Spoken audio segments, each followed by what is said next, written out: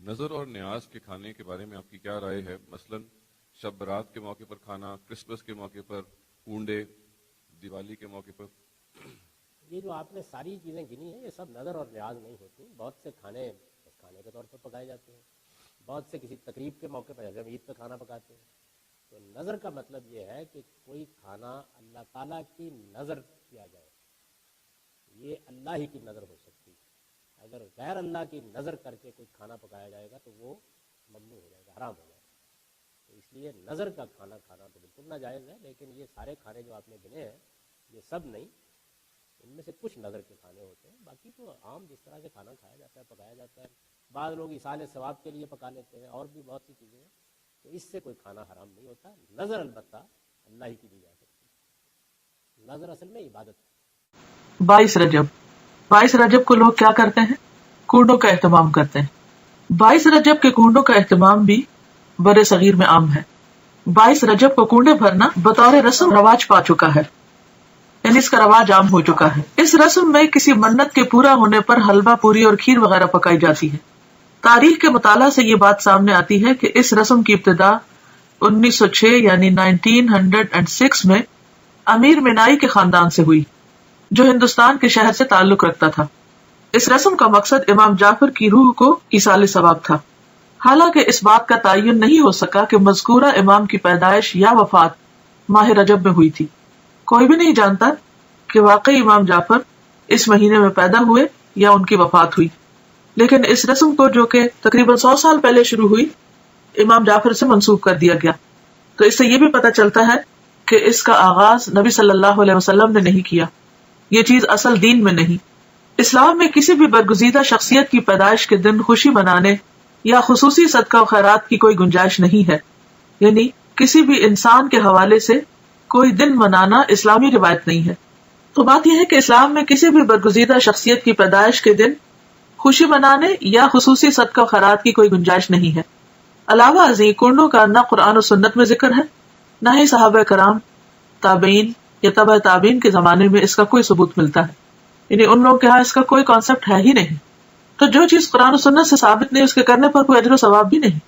اور اگر ہم بعد میں کوئی ایسی چیز ایجاد کرتے ہیں اور اجر و ثواب کی نیت سے کرتے ہیں تو وہ بدعت میں شمار ہوگا، اس کے فائدے کی بجائے گناہ ہوگا.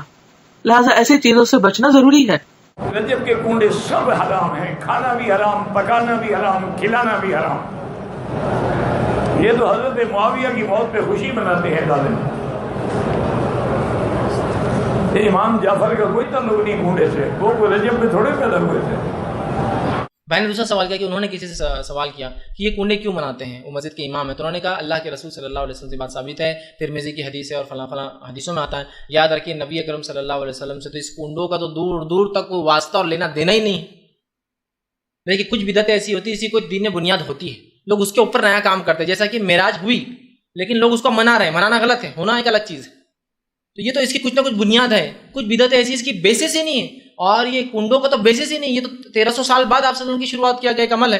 تو لہٰذا اس کی کوئی بنیاد نہیں ہے، اس کی کوئی حقیقت نہیں ہے. اور اگر وہ کہہ رہے ہیں کہ فلاں فلاں حدیث کتاب سے ہے تو بہرحال ان کو چاہیے کہ وہ دلیل لا کر دیں. اگر دلیل ہوں گے تو انشاءاللہ ہم بھی ضرور منائیں گے کنڈے، لیکن دلیل الحمدللہ اسے کہیں نہیں ملیں گے، اس لیے کہ آپ سے ایسا کوئی عمل ثابت نہیں. کوئی اہمیت نہیں ہے جی. شریعت محمدیہ کے اندر یہ ایک بدعت داخل کی گئی ہے صلی اللہ علیہ وآلہ وسلم. یہ جس طریقے سے کئی کہانیاں چل رہی ہیں نا، یہ کنڈے بھی ایک کہانی ہے. اور ظاہر ہے جب بھی کوئی کہانی لانچ کرنی ہوتی ہے امت کے اندر کسی بڑی پرسنالٹی کے ساتھ اسے منسوب کیا جاتا ہے. تو یہ کنڈے منسوب کیے ہیں انہوں نے سیدنا امام جعفر. وہ کہتے ہیں امام جعفر کسی کو خواب میں آئے تھے، انہوں نے بشارت دی تھی کہ جو رجب کے کنڈے کرے گا تو اس کے لیے یہ بشارتیں ہوں گی. یہ تو سٹارٹ ہی خواب سے ہو رہا ہے، اس کا دین کے ساتھ کوئی لینا دینا نہیں، نہ امام جعفر کے ساتھ کوئی لینا دینا ہے. یہ وہ ایک پراپوگنڈا جو شیعہ کے ہاں چلا اور وہ کنڈے چل رہے ہیں. اور سنیوں کے ہاں بھی چونکہ امام جعفر ایک ڈومیننٹ پرسنالٹی ہے، ان کو رسپیکٹ دی جاتی ہے، ہم خود دیتے ہیں. تو چونکہ اب ان کا نام بولا گیا ہے، جس طرح کہ 11ویں کے اوپر شیخ عبد القادر جیلانی کا نام بول دیا جاتا ہے تو وہ 11ویں چلنا شروع ہو گئی ہے. اس طرح سنیوں کے ہاں بھی چلنا شروع ہو گئی. باقی دوسری طرف اہل سنت میں جو اینٹی شیعہ ایلیمنٹس تھے انہوں نے کوشش کی کہ جی اس سرمنی کو ڈائلیوٹ کرنے کے لیے انہوں نے ایک نئی کہانی ڈیوائز کی. انہوں نے کہا کہ اصل میں 22 رجب کو حضرت معاویہ ابن ابی سفیان رضی اللہ تعالیٰ عنہ کی وفات ہوئی تھی. اس وفات کی خوشی میں شیعہ جو ہے نا وہ کنڈے بناتے ہیں. یہ ایک نئی کہانی انہوں نے دریافت کی. یا آپ کی یہ رجب کے کنڈے ہوں، ان ساروں کے بارے میں ہے کہ یہ سب کی سب ایکٹیویٹیز دین میں خود سے داخل کی گئی ہیں. ہم ان کو کفر و شرک والا معاملہ نہیں کہتے، لیکن بدعات تو ہیں۔ اب رہ گیا مسئلہ کہ اس طرح کی ایکٹیویٹیز میں جو کھانا ہے وہ حلال ہے یا حرام ہے، وہ بھی میں نے اس کے اندر بتایا ہوا ہے کہ کھانے کو حرام کہنے کے لیے یہ چیز ضروری ہے کہ آپ پہلے اس کی حرمت ثابت کریں۔ اس میں دو طریقے ہیں، یا تو وہ چیز جو پکائی جا رہی ہے وہ حرام ہو، کوئی خنزیر بنا دیتا ہے تو حرام ہے، یا چیز تو پاک تھی لیکن اس کے ذبح کے وقت ذبح کے زبر کے ساتھ غیر اللہ کا نام لیا گیا تو وہ پھر بھی حرام ہو جائے گی۔ تیسرا مسئلہ ہے تقرب والا۔ تقرب میں اب دو طرح کے آپشن ہیں۔ ایک تقرب یہ ہے کہ کوئی شخص یہ کہتا ہے کہ جی میں فلاں بزرگ کے اصالے ثواب کے لیے کر رہا ہوں، حضرت حسین علیہ السلام کو ثواب پہنچ جائے، ایک میری طرف سے ہدیہ، تو اس کے معاملے میں بھی ایسا کوئی سختی والا معاملہ نہیں ہے۔ لیکن اگر کوئی تقرب یہ کر رہا ہے کہ یہ اصالے ثواب ان کو پہنچے اور وہ میرے مشکل کشا ہے اور اس کے بدلے میں یہ میری مصیبت حل کر دیں گے، تو وہ تو نیاز کے بغیر ہی عقیدہ شرکی ہے، نیاز سے سائڈ پہ رہ گئی، عقیدہ ہی غلط ہے، بالکل ٹھیک ہے نا۔ تو ہمارا تو موقف یہ ہے کہ ہمارے پاس کوئی اس طرح کی کھانے پینے کی چیز لے آتا ہے، ہم اس سے پہلے پوچھتے ہیں کس کے نام کی ہے، اگر وہ کہتا ہے اللہ کے نام کی ہے تو بسم اللہ پڑھ کے کھا لیں، اگر وہ کہتا ہے یہ فلاں بزرگ کی ہے تو اس سے پوچھیں یہ بزرگ کے نام سے مراد آپ کیا لے رہے ہیں، کیا ان کی رضا کی خاطر ہے، ان کے نام کا ذبیح ہے، تو سر یہ کوئی بھی نہیں آپ کو کہے گا، کوئی جاہل کہہ دے تو کہہ دے، وہ کہے گا نہیں نہیں اللہ کا نام دیے ثواب پہنچانا ہے انہوں نے۔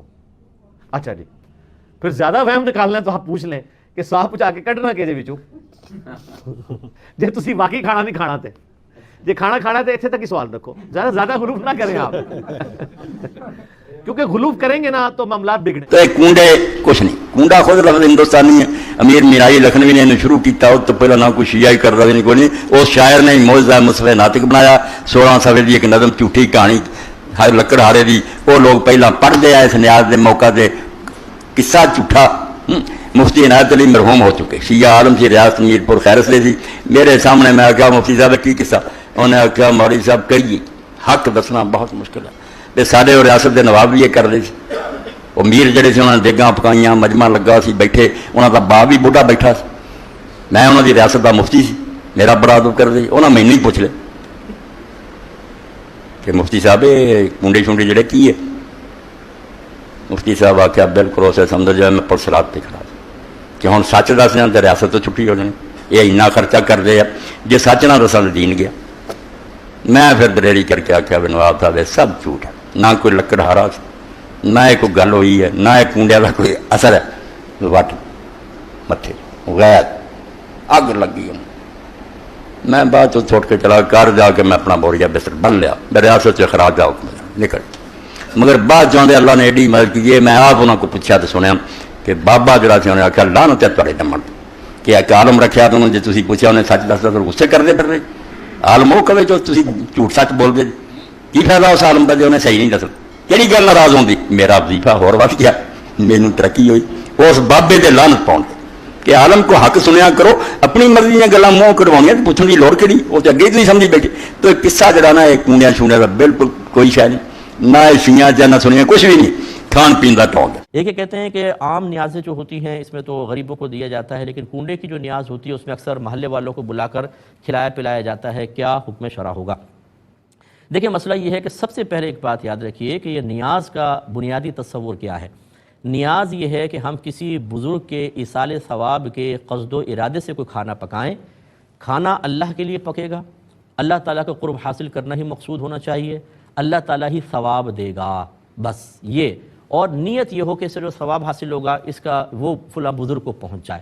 تو جب ہم بزرگ کے لیے اس طرح کھانا وغیرہ کا اہتمام کرتے ہیں، ایصال ثواب کا اہتمام کرتے ہیں، اس کو ادباً نیاز کہتے ہیں، عام آدمی کا کریں تو اس کو فاتحہ کہتے ہیں۔ اگر یہ صحیح نیت کے ساتھ ہو، اس کو دین کا جزو لازم نہ سمجھا جائے، جزو لازم بنانے کا ایک ظاہری صورت کیا ہوگی، اس کو لازم سمجھیں، فرض یا واجب کا درجہ دے دیں، اور اس کی علامت کیا ہوگی کہ جو نہ کرے اس کو لعنت ملامت کی جائے، اس پہ طعنہ زنی کی جائے، اور کوئی آدمی سوچے نہیں کروں گا تو پتہ نہیں میرے ساتھ کیا ہو جائے گا۔ یہ غلط چیزیں ہوتی ہیں، کریں اچھا ہے، نیاز نہ کریں، کوئی آپ پہ وبال نہیں ہوگا، کوئی بزرگ ناراض نہیں ہوں گے، آپ کو آخرت میں کوئی درجات کی کمی کا شکار نہیں ہونا پڑے گا۔ ایسا نہیں کہ اللہ تعالیٰ فرمائے گا چونکہ تم نے نیاز نہیں کی تمہارا درجے بہت کم ہوں گے، اس نے نیاز کس کے درجے زیادہ، نہیں، نیاز سے درجے مل تو سکتے ہیں شاید اگر اچھی نیت ہوگی، لیکن درجے کم ہونے کا کوئی معاملہ نہیں ہے، کوئی شرعی کوتاہی نہیں ہے، ایک بات۔ دوسری بات یہ ہے کہ کھانا وغیرہ کھلانا، ہم شادی بیاہ میں جو کھلاتے ہیں اس میں دیکھیں رشتہ دار آتے ہیں، محلے والے، مخیر حضرات تک آتے ہیں، اس میں آپ جب یہ نیت کرتے ہیں میں اللہ کے لیے کھلا رہا ہوں، اس پر بھی آپ کو ثواب ملتا ہے۔ تو لہٰذا اگر کوئی خاص نیاز اپنے محلے والوں یا اپنے رشتہ داروں کو بلا کر کھانا وغیرہ کھلا دیا تو اس میں کوئی حرج نہیں ہے، اس پہ آپ کو ثواب ملے گا۔ اگرچہ افضل اور اولیٰ یہی ہے کہ غربا کو ضرور اس میں شامل کیا جائے، غریبوں کو بلائیں، انہیں کھلائیں۔ میرے آقا صلی اللہ علیہ وسلم نے ارشاد فرمایا کہ سب سے برا اس ولیمے کا کھانا ہے جس میں صرف امیروں کو بلایا جائے، غریبوں کو نظر انداز کر دیا جائے۔ اس کے تناظر میں بہت بہتر یہ ہے کہ سب کو بلا کر کھلائیں آپ، لیکن قصد و ارادہ کیا ہو، یہ کھانا صرف اللہ کے لیے بنایا گیا ہے، کسی مخلوق کے لیے نہیں، اللہ تعالیٰ کا ہی قرب حاصل کرنا مقصود ہو، ثواب بھی صرف میرا اللہ دے گا، اور یہ کوئی فرض واجب نہیں ہے، کرنا چاہیں بہتر، نہ کرنا چاہیں کوئی گناہ نہیں ہے۔ تو 22 رجب کی نیاز، یہ وہ نیاز ہے جس پر کوئی اہل بیت علیہ السلام کی روایت نہیں ہے تاکید کے اس دن آپ نے نیاز کرنی ہے۔ جس طرح ہم 22 رجب کی نیاز کر رہے ہیں، اسی طرح ہم دسترخوان امام حسن علیہ السلام سجاتے ہیں، اسی طرح دسترخوان بی بی ام البنین سلام اللہ علیہ ہم لگاتے ہیں، اسی طرح کافی ہمارے پاس نیازوں کے دن ہیں جن دنوں میں ہم نیازیں کرتے ہیں۔ اہل بیت علیہ السلام کی کوئی تاکید نہیں ہے ان دنوں میں کرنے کی، لیکن ہم کسی بھی دن اہل بیت علیہ السلام کی نیاز پکا سکتے ہیں اور اہل بیت علیہ السلام کی خوشیوں میں خوش ہو سکتے ہیں۔ اور لوگ کہتے ہیں کہ جی ان دنوں میں یہ خاص جو ہے نا فلاں کے مرنے کی وجہ سے یہ خوشی مناتے ہیں۔ اگر آپ ایسا کریں تو پھر ہم تو ایسا ہی کریں گے۔ اگر کوئی دشمن اہل بیت کسی دن مرا ہے تو ہماری اس دن خوشی ہوگی، یہ آٹومیٹکلی کنفرم بات ہے۔ اہل بیت علیہ السلام کا دشمن چاہے وہ ہمارا سگا کوئی نہ ہو، جب وہ مرے گا دشمن اہل بیت ہے تو اس دن میں بھی خوشی مناؤں گا، چاہے وہ میرا بہت ہی قریبی کیوں نہ ہو۔ وہ تو دور کے لوگ ہیں جو اہل بیت علیہ السلام کے دشمن ہیں، الحمدللہ ہمارے تو سارے آبا و اجداد اور ہمارے اقربا سارے محبان اہل بیت میں سے۔ اور اگر کوئی بن بھی جاتا ہے دشمن اہل بیت یا تھا دشمن اہل بیت، اور خدا نخواستہ کوئی پہلے اگر ان لوگوں میں تھا اور ان کی صفوں میں تھا، اب محبان اہل بیت میں سے ہے، تو اس کی ہم قدر اور عزت اور اہمیت جانتے ہیں۔ ہم 22 رجب کو جو نیاز مناتے ہیں، نہ یہ بدعت سیئہ ہے، نہ اس کا کوئی گناہ ہے، نہ اس میں کوئی ہم شرمندگی محسوس کرتے ہیں۔ اس دن ہم نیاز بناتے ہیں، کوئی بھی نیاز بنائے، میٹھی بنائے، نمکین بنائے، کوئی اس میں یہ نہیں ہے کہ یہ نیاز بنانی ہے، یا لوگ کہہ رہے ہوتے ہیں گھر میں کھانا ہے باہر نہیں نکالنے دینی، یہ اپنی مرضی ہے ان کی، لیکن اس دن نیاز آپ بنا بھی سکتے ہیں، پکا بھی سکتے ہیں، کھا بھی سکتے ہیں، کھلا بھی سکتے ہیں۔ اس دن کو آپ کوئی بھی نیاز کرتے ہیں تو اس میں کوئی حرج نہیں ہے۔